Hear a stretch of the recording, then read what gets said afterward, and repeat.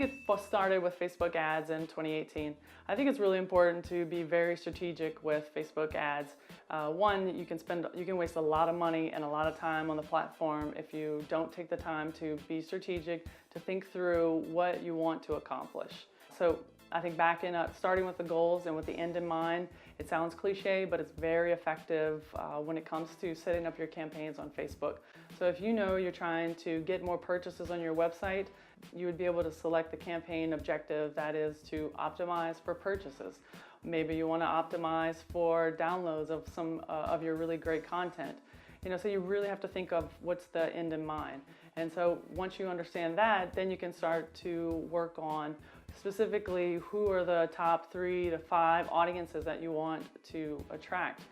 Can you use lookalike audiences? Can you create custom audiences?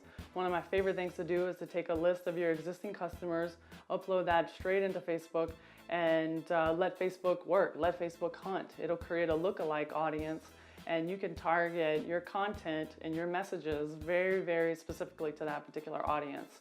And so Facebook will hunt, and you have to give it time. You can't just turn on an ad and expect it to happen, within the first, couple of days even.